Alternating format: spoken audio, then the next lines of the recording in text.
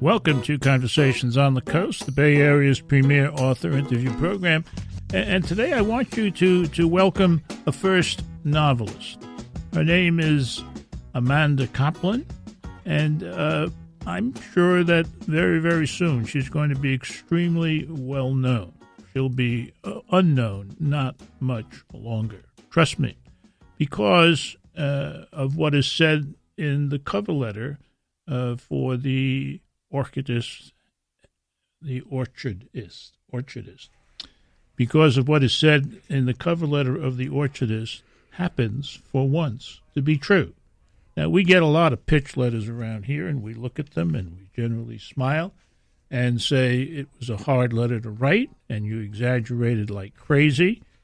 But this one doesn't exaggerate. This letter in the first paragraph tells the truth. The Orchardist yeah, is a truly remarkable debut novel by 31-year-old Amanda Coplin, a writer of uncommon gifts, with a strikingly original story imbued with an elemental sense of character and place. Coplin has crafted a singular work of fiction that is at once tender and violent, captivatingly fresh, yet wise beyond its writer's years of 31. I found that somewhere else in the stuff. Quote, when you pick up The Orchardist, you will be lured at first by the lushness of the language, the razor-sharp vividness of the descriptive passages. So says New York Times bestselling author Wally Lamb. And he goes on, but soon enough, before you've finished the first chapter, the characters will take hold of you and you'll read on hungrily, as if under a spell. Coplin is a masterful writer, the teller of an epic, unvarnished tale that sits comfortably with other novels in the tradition of great America storytelling. Now, I believe it. I read the book, and I agree with Mr. Lamb. I congratulate you, and I'm really very pleased that you had a chance to stop by. Oh, thank you for having me. One of the things that we get to hear is Mr. Lamb's mentioning that you will be lured at first by the lushness of the language. And I made some notes. Early on in the book, you say, a few white wisps of cloud in the sky posed silently. I love that. And that's very. And you look out your window sometime, and there they are, just a sitting there. At another point, you talk about the screen door thwopped shut, and anybody who's been around a porch with a screen door has heard that sound, and they didn't know it was thwopped until you said it. At another point, you say, his eyes told the world he was thinking not of what was before him, but of what was absent from the place, an expression of constant inner speculation. I think, speaking of Talmage in that case, probably. Yes. Yeah. Yes. And many, you get into conversations. What the heck is he thinking about? He's not really paying attention to my wonderful words. What the heck is going on? And so where does all this come from? You of so few years. One of the things is that the notion of the place that it's set is almost like you set it in your hometown. Did you not? I did. I was born in Wenatchee, Washington, which is where the book is set. The book is set around sort of the town of Wenatchee up towards the foothills of the Cascade Range. Cascades, yeah. Yeah, and that's where, when I was growing up, my grandparents had orchards in a little community called Monitor, which was just outside of Wenatchee. And I really was influenced and deeply touched at an early age by the landscape. And I always knew that I wanted to write about that place someday. And I think you perhaps were also very much touched by the way they lived? Yes. I mean, my Talmage is very much based on my grandfather, he's not my grandfather, but I used my grandfather as a model. Sure. Yeah. Okay. And one of the other things is that the time frame. The time frame ain't when you've been living. His time frame is the turn of the last century. And why did you choose that particular time frame? Well, I was interested in the history of the landscape and how that particular area has been cultivated.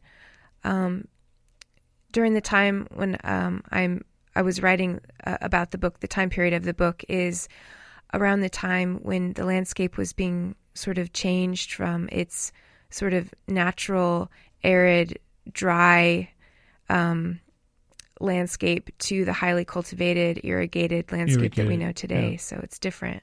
And it was being invaded, the countryside was, with something called the train. Yes, the train was coming. The train was able to carry, boxes and boxes of fruit and fruits and vegetables. And so, everything just sort of, each one propagated the other. And so, progress was coming. Mm-hmm. There it comes. And Here it comes. It isn't going to be stopped, even though no. Some of the people in your book would like it not to come so at all, or not to come so fast. Right. Our friend Mr. Lamb is right when he says from the first chapter the characters will take hold of you. And we'll meet some of them when we come back. You're listening to Conversations on the Coast with Jim Foster. Now you can find this program on iTunes, SoundCloud, and all your favorite digital outlets. Follow the show on Twitter at Jim Foster COC and email jimfostercoc@gmail.com. I'm going to say it right. I know I am. The Orchardist is the name of today's novel. The author who is with us, Amanda Coplin, and Charles Baxter, who wrote a book called The Feast of Love, the National Book Award finalist, said some interesting things about this book. He called it, among other things, patiently beautiful. The Orchardist builds its characters and its situations so carefully that the story becomes as real to us as this morning's news, except that the news it brings us is from many years ago and is more dramatic than anything we might have imagined. I am in awe of Amanda Coplin's book, which does not feel like a first novel, but a life's work. I stand in awe also, but I hope that this book, The Orchardist, is not a life's work. I hope there are many more books to come. Are there? You got anything in the pipeline, so to speak? Well, I hope there are more books, too. I haven't really jumped into another project yet. Okay. But I've started. I certainly have things on my mind, and I've been taking notes. So I'm just sort of kicking some ideas around at this point. Good. What was the gestation period for The Orchardist? It took about 8 years to write. I started it when I was in graduate school at the University of Minnesota, and after I graduated there, I just kept working on it and took a lot of sort of odd jobs to support myself. Mm-hmm. And until I sold it, that was how I was living. Okay. All right. And now you're soon to be a best-selling author, in my opinion, and I hope the hell I'm right. There are some absolutely memorable people in this book. I suppose the place to start is Talmadge, who I guess you could say is the main character, but that really doesn't pay him justice. I don't think. Also, he's a person who can be approached in a number of different ways, it seems to me. At one point, you write of him, Talmadge was stuck in grief. He only partially acknowledged it. It was not from his mother's death, from which he would have healed, more or less, eventually. But the festering issue was Elsbeth's disappearance, Elsbeth, his sister, which his mind could not accept, could not swallow. And so he suffered always and abstractedly, and would never as far as Carolyn Mitty was concerned, be cured.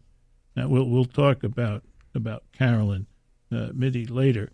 But it was the festering issue was his sister's disappearance.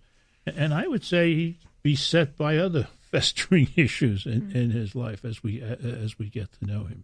But I kept saying to myself, he's a good man. He's a good man. Did you feel that way when you developed him?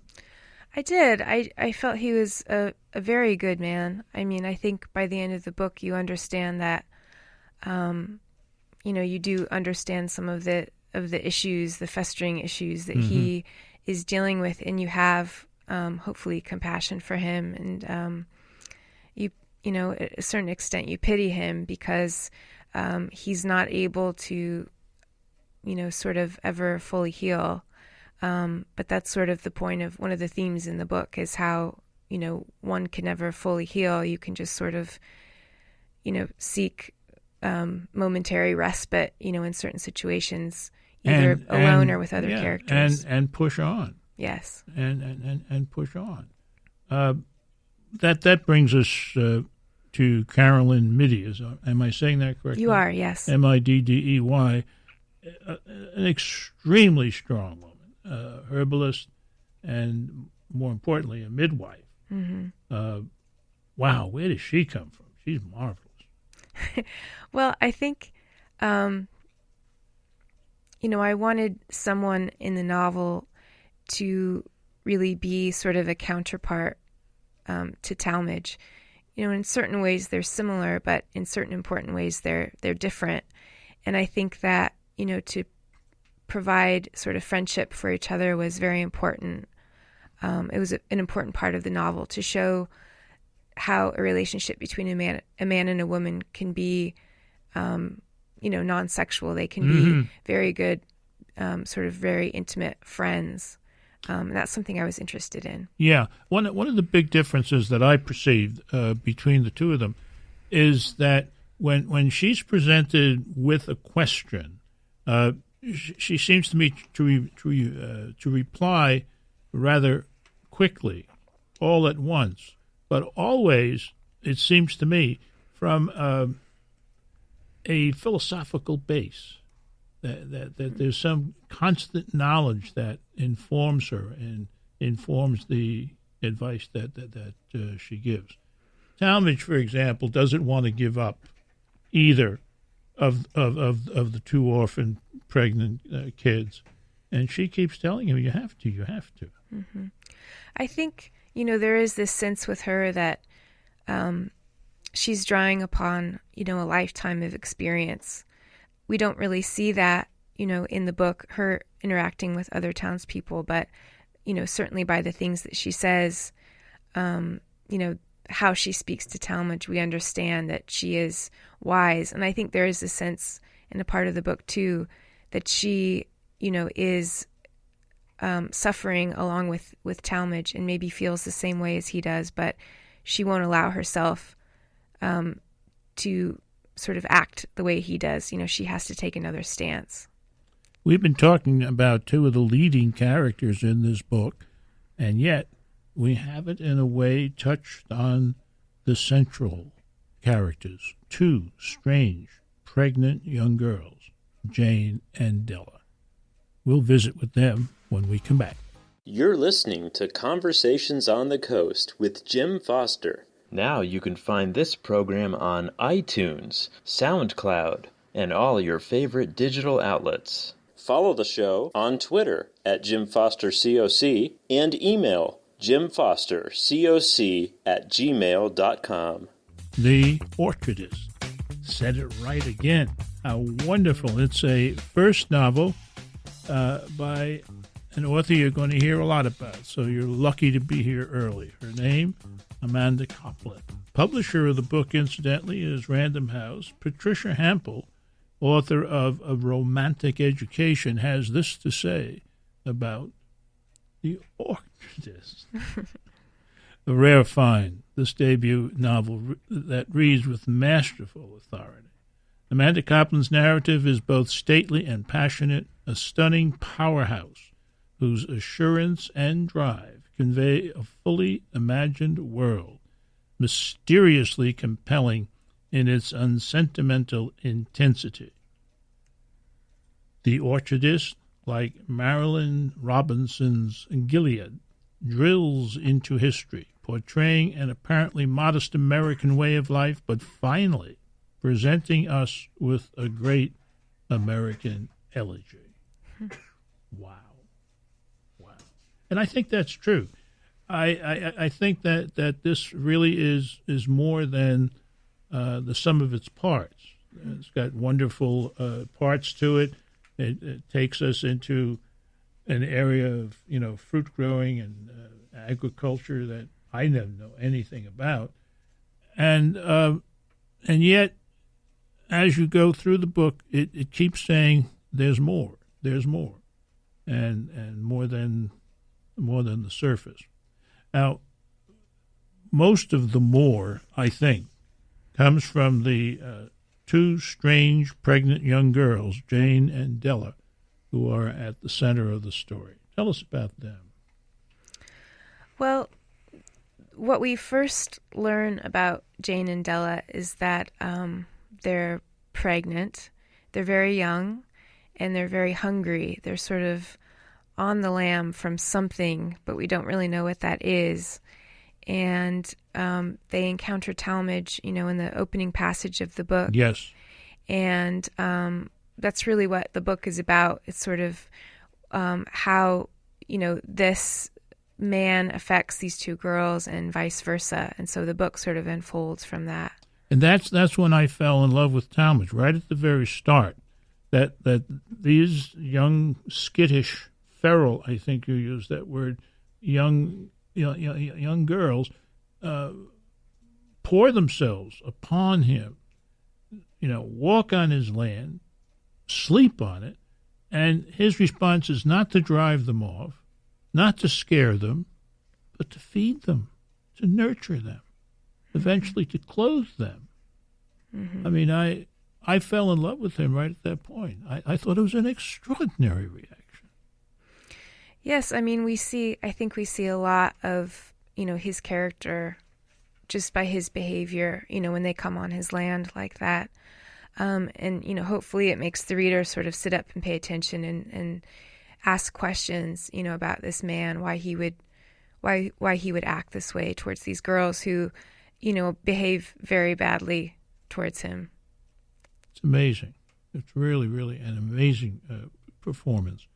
There's another male character in there who's absolutely hateful. He's a devil. Michelson. Yeah. I mean, he's a nut, too. Mm-hmm. I mean, he has a stable of girls that he surrounds himself with and whom he abuses in various ways. I don't know. At one point, things go very south for the young girls. Mm-hmm. Jane dies early by her own hand, if we might say. And Della runs away and gets in a bit of trouble. And there's a place on page 271 where the context is that she's in jail. And Talmage, is trying to see what he can do to help her. And it says there, it seems she would not move. You see that? Could you start there and read to the bottom of that paragraph? Sure. It seemed she would not move, but then she got up and came over to the bars. He had the impression when she rose from the bed that she was larger, she had grown, but as she came closer he thought she had shrunken. It wasn't a normal shrunkenness. What was left of her body was her eyes and her torso, muscular but also tough poor in the mean way of those without a home who live in the weather. Her face, her expression, was far away and strange. It lied that she knew nobody on the earth. There was the hardness to her mouth. He wanted to touch it, suddenly wanted to change it to when she was a child and was characterized by dumb passion. He had not liked that expression then, but it was preferable to this distance, this resignation.